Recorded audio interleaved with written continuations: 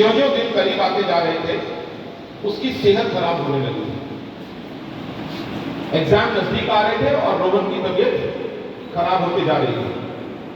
अक्सर उसका पेट गड़बड़ हो जाता, अक्सर पेट में दर्द की शिकायत रहती, खाना भी कम हो चला था। पहले तो मम्मी शेफाली माथुर ने समझा कि परीक्षा की वजह से तनाव में है, शायद इसीलिए खाना नहीं खाता है या इसलिए तबीयत खराब रहती है कि परीक्षा का बहुत स्ट्रेस है। इसलिए उन्होंने उसके खान पान पर और ध्यान देना शुरू किया। वो ऑफिस जाते हुए उसका हेल्दी लंच साथ में फल काटकर एक कटोरे में रख जाती। जब ऑफिस के लिए निकल रही होती थी तो रोहन उनिंदा होता, उनिंदा मतलब उसको नींद आ रही होती थी। बहुत सारे बच्चे, आज भी मैं अपनी कॉलोनी से जैसे ही निकला तो एक पेरेंट्स अपने 2 बच्चों को गाड़ी में लेके जा रहे, मोटरसाइकिल पे लेके जा रहे थे और पीछे वाला बच्चा सो रहा था। उसने अपने पापा को पकड़ा हुआ था लेकिन वो सो रहा था। तो जो बच्चे रात तक ज्यादा देर तक जगते हैं या ज्यादा देर तक पढ़ते हैं उनको सुबह नींद आती है। देर रात तक पढ़ाई करने के बाद सोता था, सुबह देर से उठता था। शेफाली बस उसे जगाकर नाश्ते और लंच के बारे में बताकर निकल जाते थे। आप में से बहुत की मम्मी वर्किंग लेडी होंगी तो वो आपका नाश्ता और लंच बनाकर रख के जाती होंगी और आपको सोता हुआ छोड़ देती होंगी और बता देते होंगे कि लंच रखा हुआ है कैस्ट्रॉल में और फ्रिज में सब्जी रखी है, गर्म करके खा लेना। शेफाली शाम को स्कूल से लौटने के बाद देखा करती थी कि रोहन ने खाना खाया है या नहीं। वो सोचा करती कि रोहन इतना जल्दी खाना खाने के बावजूद क्यों बीमार रहता है। इतने फल, इतना अच्छा खाना, उसके बावजूद भी रोहन बीमार रहता था। इधर रोहन के पढ़ते हुए कुछ ना कुछ खाने की आदत हो गई थी। उसे लगता था कि किस वजह से रात में पढ़ने में मन लगा रहता है, रात में नींद आती है तो किचन में नूडल्स बनाकर या कोई पैकेट वाले स्नैक्स खा लेता था। उसे लगने लगा था कि छोटे मोटे स्नैक्स खाते हुए पढ़ने से वह देर तक जग सकता है। बिल्कुल सही, हर रात तक पढ़ने वाले बच्चे को लगता है कि अब भूख लग रही है, फ्रिज की तरफ चलते हैं और फ्रिज में जो भी स्नैक्स रखा हुआ होता है या आपके स्टोरेज में जहां पर मम्मी नमकीन और बिस्किट रखती है वहां से आप चिप्स का पैकेट या ऐसा कुछ निकाल लेते हो। दिन में भी रोहन घर में अकेले ही रहता था, रात में पढ़े हुए विषयों को दिन में पुनः पढ़ता और पढ़ते हुए डिलीवरी ऐप से 1-2 बार अपने पसंद की चीजें मंगाकर खा भी लेता था। यस, आप सबको पता है कि जोमैटो है, स्विगी है,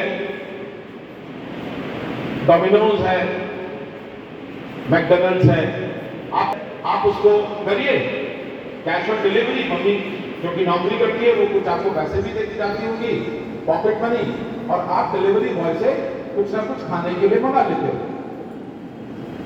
मैंने तो मैच खेलते हुए भी बच्चों को देखा है कि बच्चे डिलीवरी बॉय से पिज्जा या बर्गर मंगा लेते हैं और सारे बच्चे मिलकर खा लेते हैं। शाम को जब पापा लौटकर आते तो वह सोचकर कि रोहन दिन भर घर में पढ़ता रहता है, उसे पास की दुकान तक उसे टहलाने ले जाते। वहां भी रोहन कभी गोलगप्पे, कभी आइसक्रीम और कभी कोल्ड ड्रिंक ले लेता था। आप देखिए कितनी सारी चेन बन रही है। रात को देर तक पढ़ रहे हैं तो आप नूडल्स खा रहे हैं, दिन में आप चिप्स खा रहे हैं या फिर आप ऑर्डर कर रहे हैं कुछ। पापा मम्मी को पता ही नहीं है, लेकिन जब शाम को पापा आ रहे हैं तो उनको बड़ी दया आ रही है कि भाई ये इससे पूरे रात पढ़ाई करिए, पूरे दिन पढ़ाई करिए, इसको चलो गोलगप्पे खिला लाते हैं, इसको आइसक्रीम खिला लाते हैं। तो 3 एपिसोड हो गए जो कि अभी खाने में इंक्लूडेड नहीं है। प्री बोर्ड की तैयारी करने के कारण फिजिकल एक्टिविटी भी कम हो रही थी। सोने पे सुहागा, एक करेला और नींद पर चढ़ गया। एक तो स्ट्रेस, उल्टा सीधा खाना और नो एक्सरसाइज, इन सब का परिणाम यह होने लगा कि अब उसे नींद भी ज्यादा आने लगी थी और पेट भी खराब रहने लगा। बहुत सारे बच्चे कहते हैं कि एग्जाम के टाइम में नींद बहुत आती है। वो नींद, घबराहट, स्ट्रेस, उल्टा सीधा खाना, ये कारण है। और एक्सरसाइज का ना होना, केवल मेंटल आप करते हैं, शारीरिक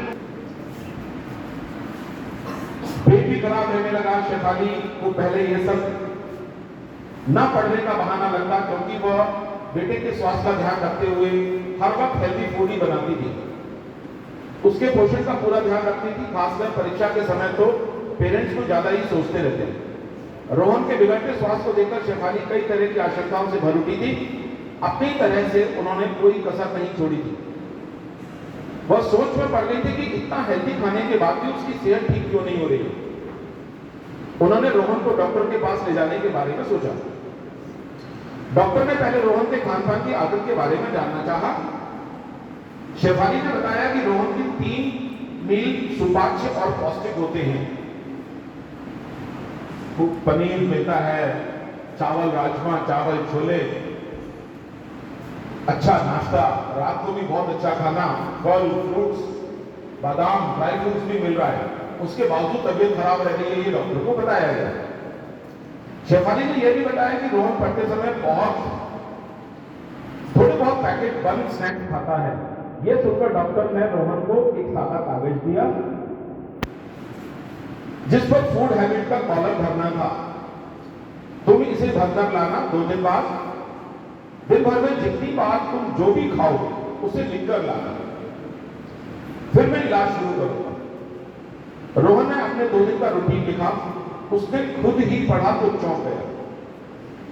3 समय के भोजन के साथ 10 बार की स्नैकिंग भी भरनी पड़ी। उसे सच सच लिखना था तो झूठ कैसे लिखता। उसमें बिना भूख के भी कई बार खाने की आदत को भी लिखना पड़ा। भूख नहीं लग रही है, उसके बावजूद खाने की याद आ रही है और खाने के लिए आप चिप्स का पैकेट खोल रहे हैं। वह दिन भर खाता रहता था। जब मन परेशान या ऊब हुई तो चिप्स का पैकेट खोल लिया। भूख लगी तो ब्रेड पिज्जा बनाकर खा लिया। कोल्ड ड्रिंक की 500 ml की बोतल सुबह से रात तक खत्म। शेफाली 2 दिन बाद उसे लेकर डॉक्टर के पास गई। डॉक्टर ने कागज मांगा। रोहन ने झिझकते हुए, शर्मिंदा होते हुए कागज धीरे से डॉक्टर की तरफ बढ़ाया। रोहन को इतनी शर्मिंदगी पहले कभी ना हुई थी। कहानी खत्म।